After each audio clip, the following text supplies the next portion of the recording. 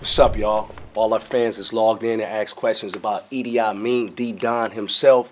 Got the new album just dropped last week. You know what it is, it's the big homie Edi Don at my private listening party out here in LA, man. Shout out to TruthAboutTupac.com. We appreciate your questions, but as of right now, no further ado, I'm gonna bring the Don himself for him, Mr. Edi. Big shout out. Salute. Salute right back to you, man. What it do, big homie? Oh man, it's an honor to have you. You know what I'm saying? So sitting back, man, listening to the album, been out for a week right now. It's just like everybody. We had so many questions and people want to know, is there another one coming? We gonna get to that, but people are really feeling it, man, and how long you've been keeping the torch and keeping the whole movement alive. You know what I'm saying? The Outlaw is, sit down with Nutso, sitting down with all the different brothers that sat down on the Truth About Tupac. They had a Don himself. They said the first should be last, the last should be first. You've helped us so much behind the scenes as a producer to get into Nutsos, get into all of the different partners that's been involved. For sure. I want to go a little bit back to come forward before we get into the album. Is that cool? No doubt. All right, so Brooklyn raised. You met with Brooklyn born, but I was kind of raised in different places because I moved around a lot. Yes, sir. I mean, from 13 to 17, I lived in Minneapolis, St. Paul, Minnesota. Shout out to all my people out there in the Midwest. And then after I graduated high school, I went to Oakland, and that's when my career started, 1992. Wow. So I lived out there for a little while. Then I lived in Atlanta, L.A. So you local. I moved around a little bit, man. You ain't local, you global. Yeah, absolutely. Absolutely. And I was reading up on you and doing a little research before sitting with you, and I had realized that you were in a group with Castro. You had met Castro, Pac's cousin, and then you guys had an original group even before the Outlaws. Yeah, I could tell you probably been on my Wikipedia page, Yes, sir. which is a little bit incorrect. Actually, my mom and Castro's mom and my father were all friends before me and Castro were even born. Wow. So my mom kind of knew the Lasanes and the Shakurs before I got here, and me and Castro were just, we were more like brothers or cousins from, Yeah. Lehigh to Ibiza, and along with Gaddafi as well. Rest in paradise. Yeah. Yeah, man, that's something that Wikipedia didn't know and didn't tell us, and I'm glad you're here to reveal it on the Truth I About think they Tupac. said we met in 3rd grade or something like that. Nah. We knew each other prior to even 3rd grade. That's what's up. And it's interesting to see how the roots, and then later on as you guys grow up, the impact you have as your own individuals and what you've done to continue the legacy. Another thing I was checking out was how many different songs and albums you've been involved in from a producing standpoint, not just as a rapper and a feature. Right. Producing, give them layout, let them know how many songs and every album you've been involved in for those that don't know. Wow, man, you're talking about 20 years worth of work, so I'm not going to be as accurate as I probably should be, but I will say starting at the beginning, when Pac was incarcerated in Dannemora, he needed somebody to finish putting Me Against the World together, and he understood, I guess from observing me, that I always paid attention to every song he was doing, every verse, when the beat dropped out, when the horns came in, when the keyboard came out. I knew it like the back of my hand.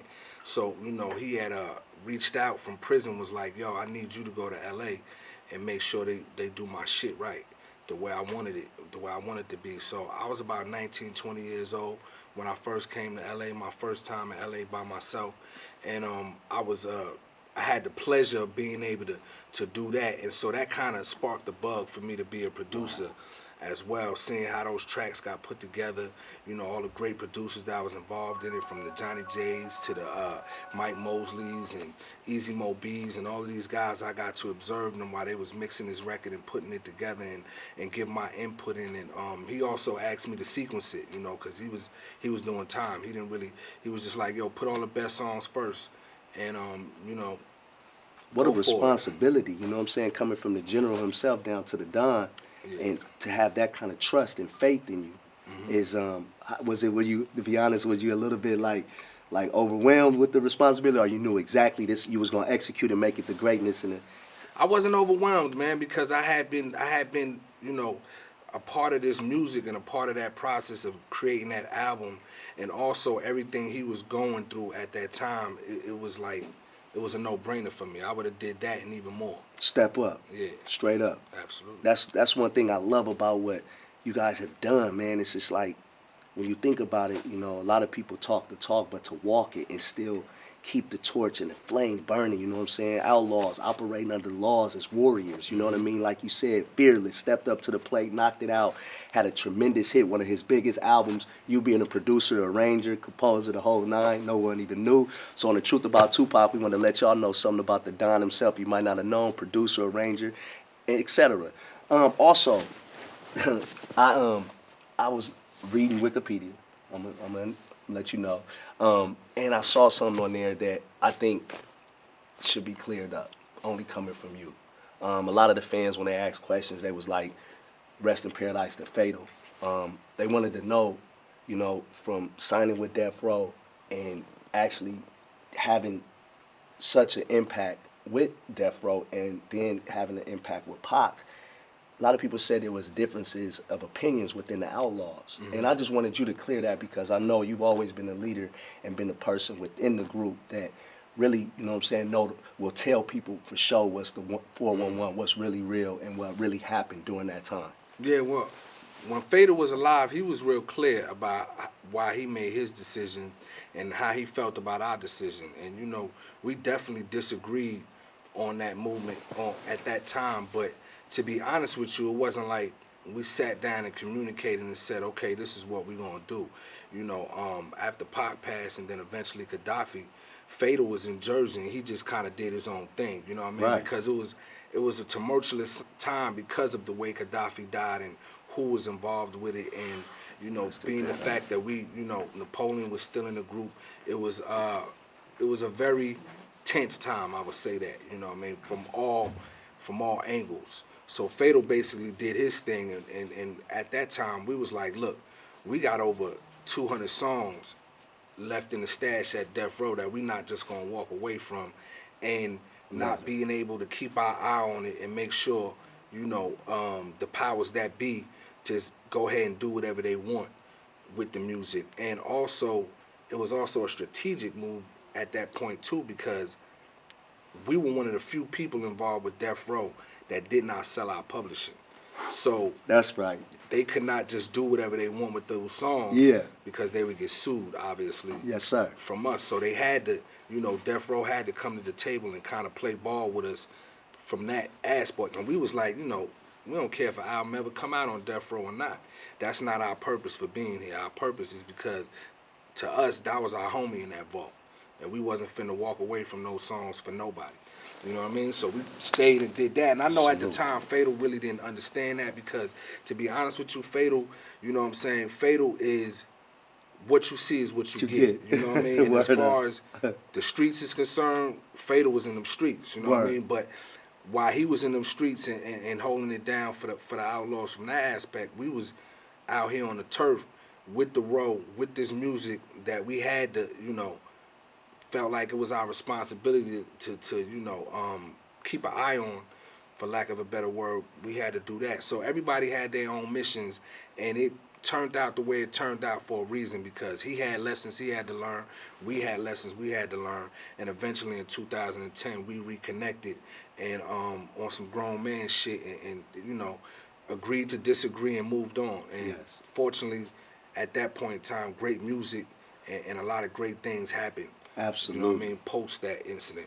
Absolutely, and I thank you dearly from the bottom of my heart, just like the rest of the Truth About Tupac cadets out there, for you clearing that up. Yeah, because I know a lot of people had misconceptions, and, you know, Fatal spoke on that time period before we ever spoke on it, and, you know, we couldn't speak on it because we didn't want to let the cat out the bag at the time, you know. Right. And I'm not finna tell, you know, the people that I'm watching.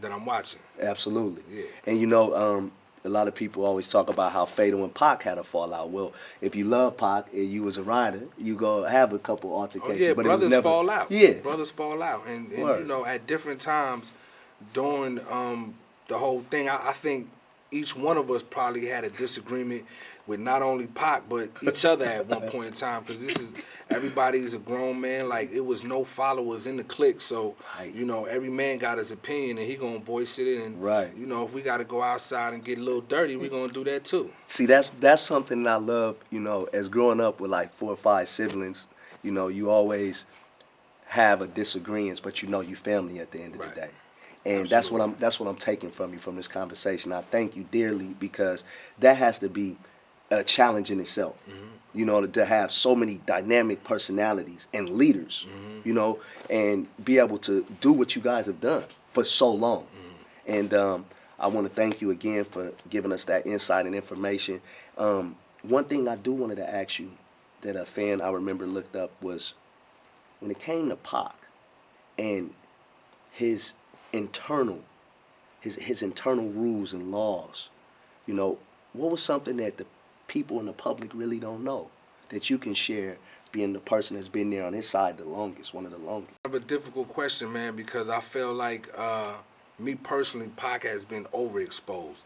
I feel like people kind of know a little bit too much at this point about him, because some of the stuff that they do know is not true, has been embellished, and you know, people put yeast on top of it, and 20 years later it turned into something that really wasn't the truth. So it's kind of hard for me to think about something that people don't already know. Yeah, they say whatever you haven't learned or read about, he put it all in his music, because he was an open book in that aspect too. So, you know, what you hear in his music was, you know, Tupac Shakur. It wasn't like he had a persona.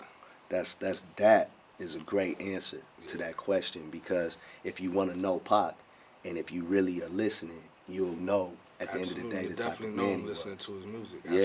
Yeah, that's a great answer, brother. So we're gonna go now to a couple questions. We're gonna come back to y'all. That's segment 1 right here with Edi, the Don himself. To all y'all know, Outlaw, founder, extraordinaire, producer, one of the only ones that's still keeping the torch burning. Like I said, we're going to come back and get into the album and everybody that's featured on it and the whole mind state behind the new album, y'all. Stay tuned.